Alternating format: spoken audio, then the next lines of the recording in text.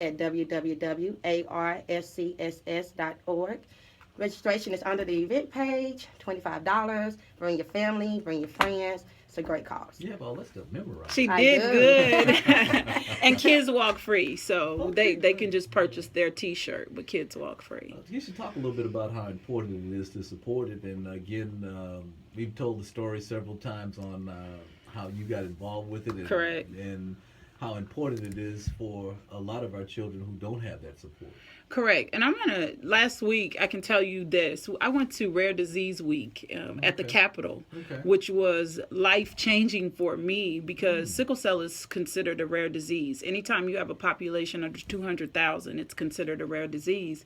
And I got to meet with Tom Cotton and French Hill and their offices and talk about the importance of some rare disease advocacy things that we're doing to push some legislative things for new innovative things for people living with rare disease. This walk for me is different. You know, we've done our golf tournament, we have Right. camp every year, but the walk and the symbolism behind it is so important. It's not just about the money being raised, Joe. Okay. It's about making sure people know that we need this help, we need this awareness in sickle cell disease. We've got about 1,500 people living here in Arkansas with it, and we've got a good quality of care, but we need a better quality of care. There are things that are used for other diseases that perhaps could be used for sickle cell, and that was one of the orphan acts. That's one of the things that I was advocating and lobbying for. We're talking to the lobbyists about last week. These things that could move and change lives. It was interesting because there were over 300 and something disease represented and only 3 people there for sickle cell. But 70,000 people affected throughout the United States. And that's kind of when I got the drive to say, you know what? We've been doing this, but this has to come at a different capacity and level. And I showed them a picture of Jermaine. This wasn't the picture, but I told them, I said, this is what he looked like in December of 2013.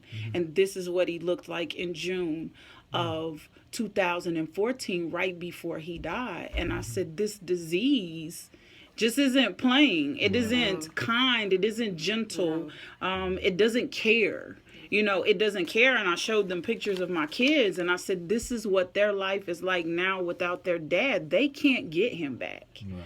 You know, and I showed them, we have now 2 grandsons. I showed them 2 pictures of our grandsons that are 13 months. And your granddad, you know how that is, and 3 weeks old. He's never seen them. They'll never get to experience their grandfather. And so even though our lives have changed and he's gone on, my life is still impacted by this disease and will be because his kids are still impacted by it. So this is so important, not just for the fact of, hey, we need to raise funds. We do need funds for research. We do need funds for families. But this is more important because people have forgotten what sickle cell is like. This is attacking our community, you know, and it's impacting these families. I talked to a young lady the other day and she said, I just keep thinking they forget about us. That if it's not cancer, you know, we're not getting the recognition. And if our communities don't get behind us and push this and emphasize the importance of, hey, we still need research. We still have people dying. We supported a family in December who lost their mother, 4 kids living with this disease, Joe. So now their grandmother has the responsibility of taking care of these kids, but also finding out in Washington, D.C. that individuals in other countries are living longer and having different experiences because of better technology. Wow. And that says a lot, especially when you talk about the United States and where we are compared to a lot of other countries. So why don't we have the same level of care here? And how can we get the same level of care? And how can we get our community behind us? So that was the significance when Chief Summers contacted me. I'm like, this is what we need. These are the community connections we need.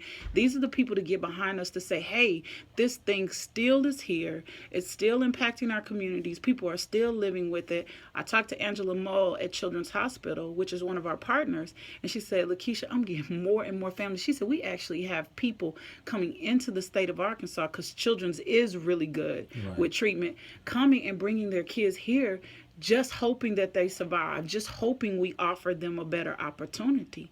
So now this that you see, this is getting ready to get to a whole nother Yes. level, because my passion is like, it's remember Jermaine, but it's remember Kim, because Kim is my board member, but she lives with this disease, and it's remember Sam, and it's remember Shakira, and it's remember all these people who still are fighting this out, hoping for a chance. Life expectancy is like 43, 44 for a male. Jermaine died at 41.